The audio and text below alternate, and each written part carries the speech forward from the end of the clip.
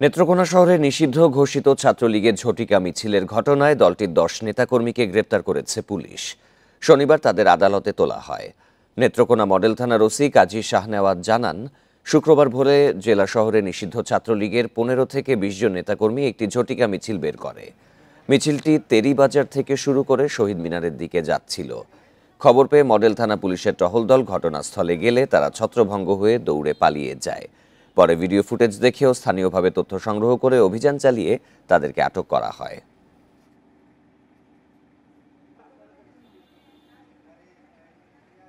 স্থানীয় তথ্যের ভিত্তিতে আমরা তথ্য সংগ্রহ করে অভিযান পরিচালনা করে 6 জনকে গ্রেপ্তার করতে সক্ষম হই। এই ঘটনায় সদর থানার এসআই আকামল হোসেন বাদী হয়ে 13 জনের নাম উল্লেখ করে এবং অজ্ঞাতনামা 10-15 জনের বিরুদ্ধে একটি নিয়মিত মামলা রুজু করা হয়।